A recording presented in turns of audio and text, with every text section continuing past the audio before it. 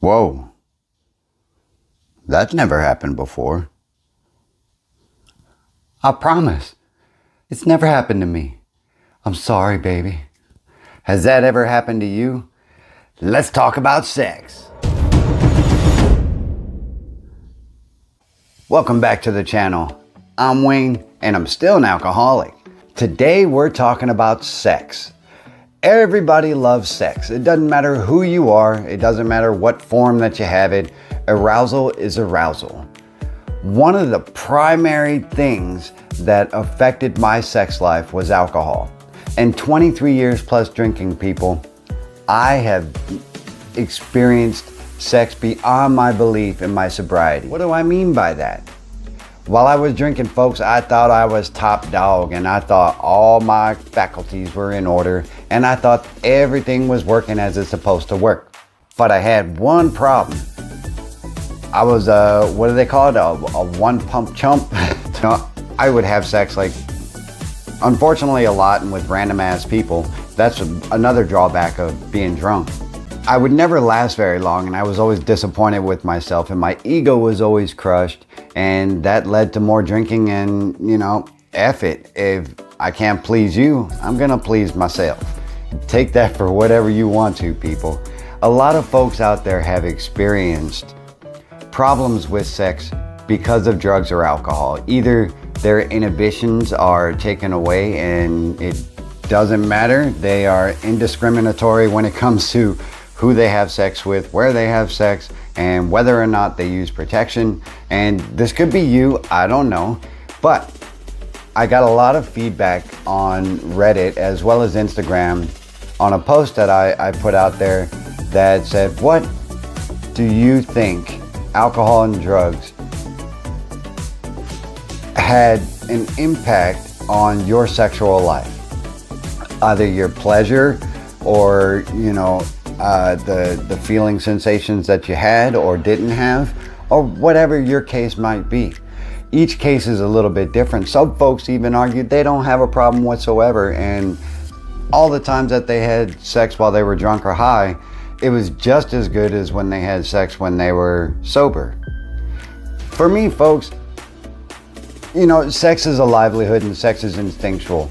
And that is really how that kind of ties into today's topic, which is sex. During my drinking history, like I said, sex was something that I held on the top of a totem pole. And I thought the more people I had sex with, the better I am. And, my ego got boosted and everything else. What I didn't realize is every time that I had sex, I was aiming for the goal, no pun intended, of satisfying myself and not the other person.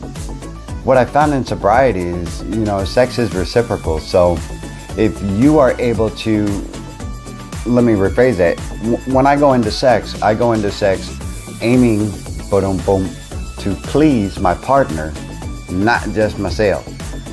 And what I found is that not only do I have better sex in doing so, helping my partner achieve where they want to go, but I have fulfillment, and that intimacy that I was missing while I was drunk and missing while I was high is now heightened and stronger, and it bonds my relationship just a little bit more than the empty relationships and sex that I had while I was drinking.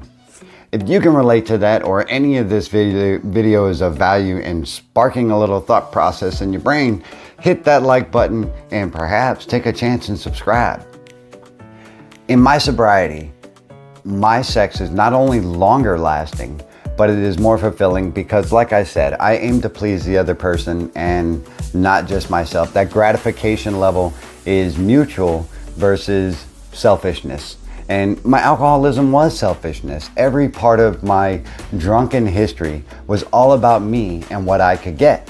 And that fell right into my sex life. And, again, a lot of you out there can relate to that. And if so, drop your comments below so somebody can get some of that. I'm not going to dive too much more into this today, only because I have to go to work. It is a strong topic, folks. And if you are out there, wondering if your sex is impacted by drugs or alcohol, just do a little self-analyzation and find out if you're enjoying sex as much as you want to, or if you are being selfish about sex, or whatever the case is, or even if you're a sex addict, because that goes hand in hand with alcoholism, folks. I can definitely account for that, and a lot of addicts out there can also relate. My goal was to have sex with as many people as possible, and I didn't care, if I wore a condom or not. I didn't care if it was with a hooker or not. I didn't care if it was with, my girlfriend's best friend. I did not care who was getting hurt along the way.